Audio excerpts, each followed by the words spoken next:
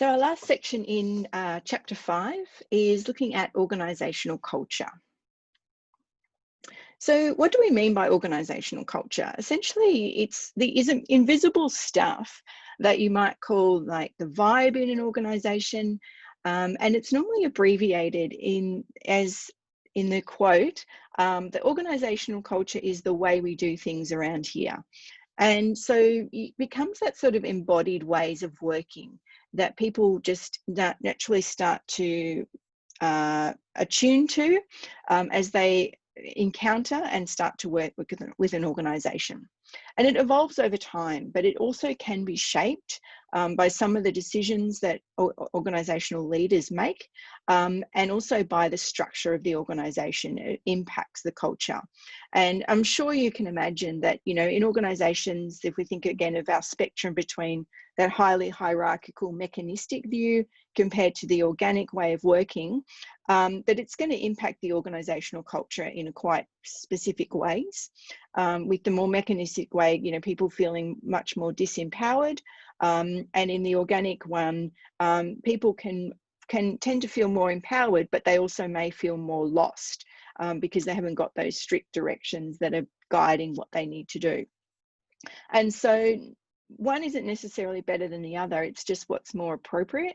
And being able to work within those different structures both impacts the organisational culture, and the organisational culture impacts the individuals and the way that they're working.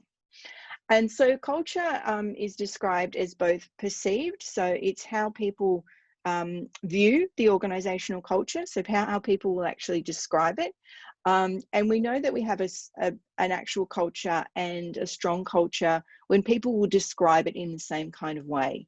So if you know people that work at the same organisation and you ask them to describe their organisational culture, if they all say similar things, then you can have a good sense of that they have a good, clear, strong culture.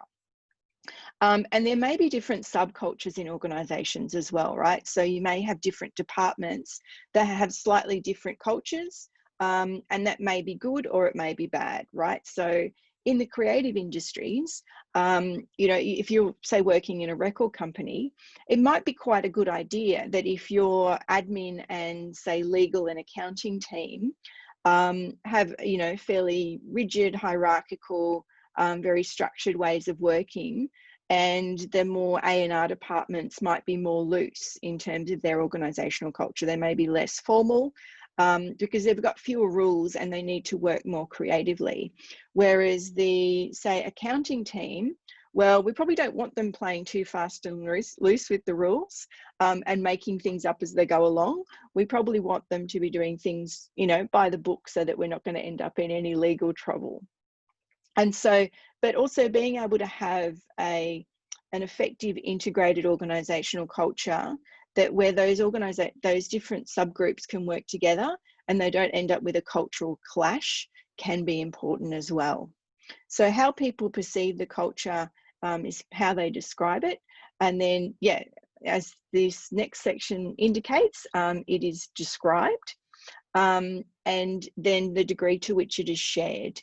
And so being able to appreciate if there's different subcultures across departments is also important because it enables then people to understand why different groups operate slightly differently, how that's tied to the work that they're doing, and still be able to respect each other's differences. And so we can think of organisational culture as having these different aspects to it. So this is research that's been done on different organisational cultures that has kind of distilled down these different dimensions that we can use to then assess and identify the different aspects of an organisational culture. So you can use this as a diagnostic. If you go into an organisation, say if you want to do an organisational culture audit, this model is used. But you also might use it when you start in an organisation, particularly if you're trying to manage people in an organisation, to understand what is the organisational culture to be able to then navigate that space. So let's do a quick little overview of each aspect. So first of all, attention to detail. So this is the degree to which people in the organisation are expected to be very precise and sort of on the details.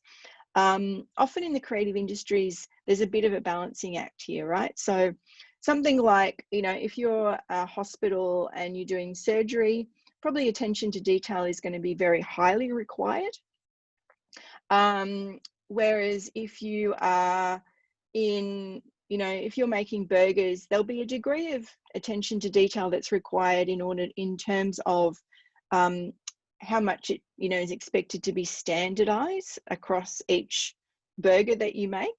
But the actual attention to detail in terms of the health and safety standards and stuff like that, aside from basic, you know, hygiene, isn't going to be particularly important.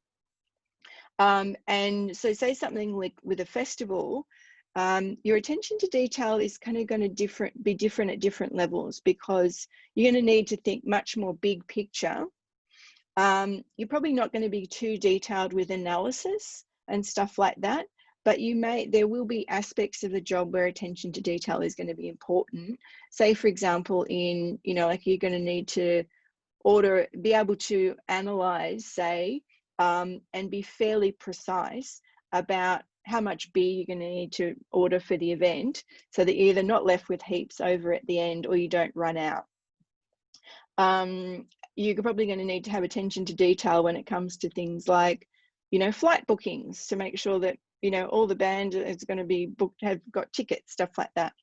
But generally speaking, it's probably going to be a bit more loose than, say, something like being a surgeon. Outcome orientation is about how much the managers focus on the outcomes rather than the process of the outcomes.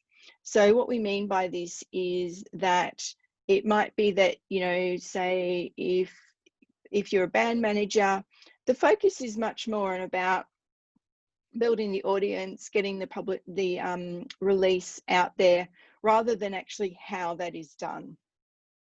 Whereas something like accounting is probably going to be more focused on the actual process and doing each step properly and getting each step done correctly along the way. And so the actual process, and again, like something like recording is probably going to be much more focused on the process, because that process leads to the outcome.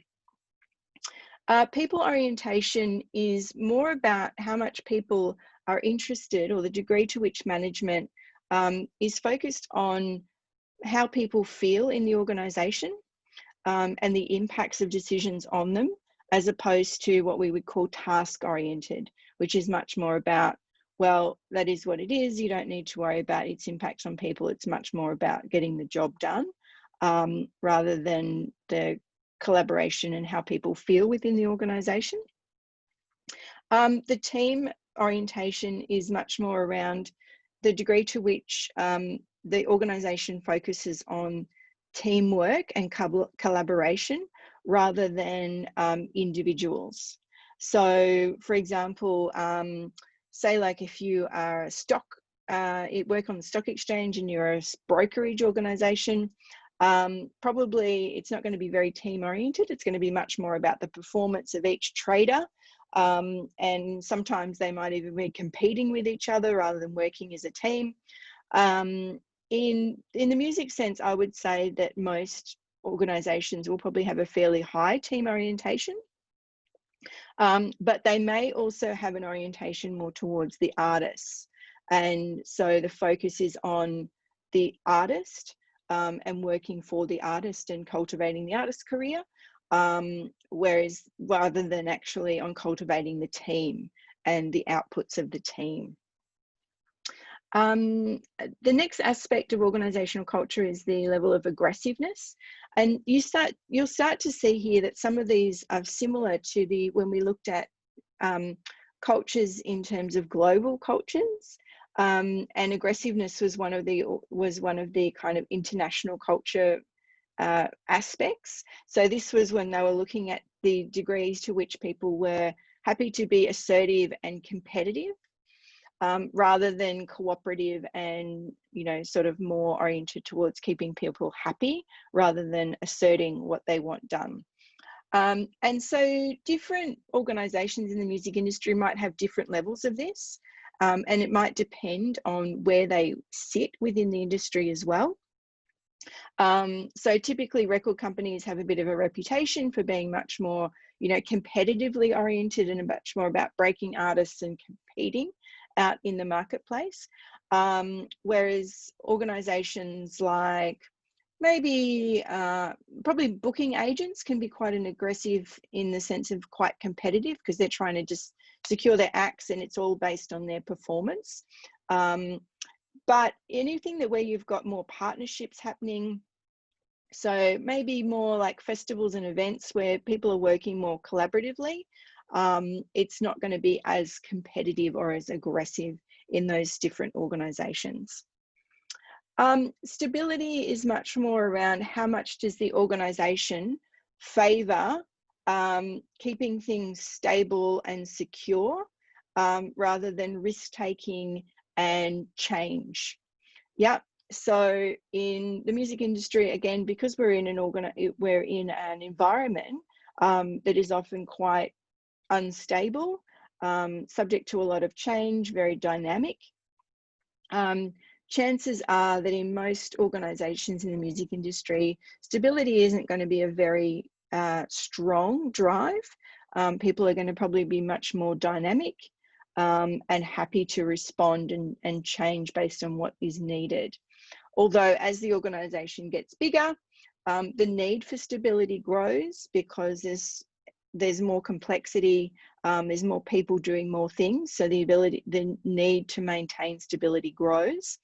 And like we looked at with the difference between, the examples of the Mushroom Group and Secret Service, they're trying to get this balance right between being big and needing to be stable and secure and kind of be quite a machine versus being dynamic and responsive.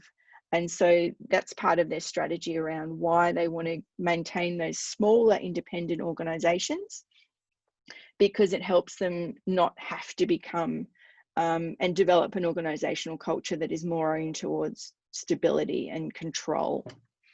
And then the level of innovation and risk taking. So this is similar to stability in the sense that it's how then employees are encouraged to take risks, to improve things, make changes within the organization. And typically, in music industry, this is because it's all about creating new, often constantly, breaking new artists, releasing new works of art, creating new tours, creating new events, new festivals, new experiences to keep audiences engaged. Typically in the music industry, we'd have an organizational culture that's quite oriented towards innovation and risk-taking, but in a way that is managed effectively. So we can use this as a bit of an inventory. As you think about each of those different aspects, think about some of the organizations that you've encountered and how you might diagnose their organizational cultures. And is it a good fit, right? So does it make sense based on the type of work that they're doing and the environment that they're in? Or do you see a mismatch where they should actually change some of their aspects of organizational culture, either because it's not serving their people or it's not serving the nature of their business? And so how do we actually learn organizational culture? So if you start in a new organization, it can take a little while. Sometimes it'll be fairly obvious. And different organizations may do a better job of, let's say, signaling or making it obvious what their organizational culture might be. And because it is this invisible stuff, it can, it's not always obvious. And sometimes subtle things can shift it in either the right or the wrong direction. So often stories is a particularly potent way of developing organizational culture. So you probably have heard, you know, what we call origin stories of different companies, you know, so like Apple has many stories of the Steve Jobs mythology that are associated with him being innovative and creative and, you know, just being all about creating the best products and being very user focused, so you know, creating a good experience for people, and that filters through the attitudes and the type of culture that Apple has. Similarly, you know, if you work for Mushroom, there'd be all sorts of stories associated with Gadinsky and who he is and what he's about, and the stories of different artists that they've worked with over time, that becomes part of the nature of the type of organization they are and what they do. Rituals are things that happen, you know, repetitively. So it might be anything from the way that people behave in meetings to different activities that they do. You know, do they do Friday night drinks together? Do they go to gigs together?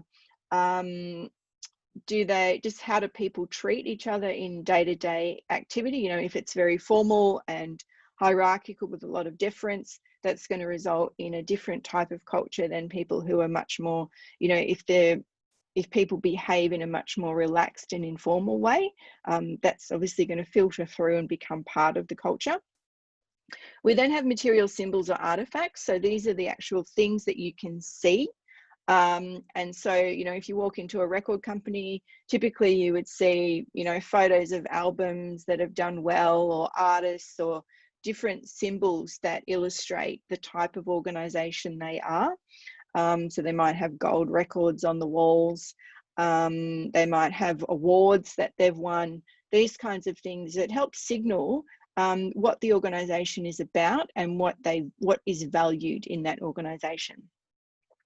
And then there's language. So this is the way that both people speak to each other and how language is used in the organization. So again, how formal or informal it is, particular terminology, you know, so obviously in the music industry, the people are going to be talking a lot about music a lot, different genres perhaps, different artists that in other organizations isn't going to mean anything. But it becomes part of what makes you an insider and becomes part of the landscape of how that organization works. And so organizational values are also very, very key to the development of organizational cultures. And we worked a little bit with organizational values last week. And what tends to happen is that because what's been found is that organizations that have very deeply held and widely shared values have those strong cultures, which then helps drive the business. What tends to happen is that people then try to say, oh, well, we've got to have values, and then they get imposed rather than emerge from what is the business is about and what people's shared values are within the organization. So having that balance again between not just kind of going, this is what our organizational values are, and it being a top-down thing, which then people kind of just play lip service to or they ignore, being actually able to tap into values that will then be aligned for everyone is quite important. And that can take time, but it can also be cultivated if the values that you identify are actually true and are aligned, and are then able to be infused through the organisation and as new people come in. All right, so that finishes off our discussion on organisational culture.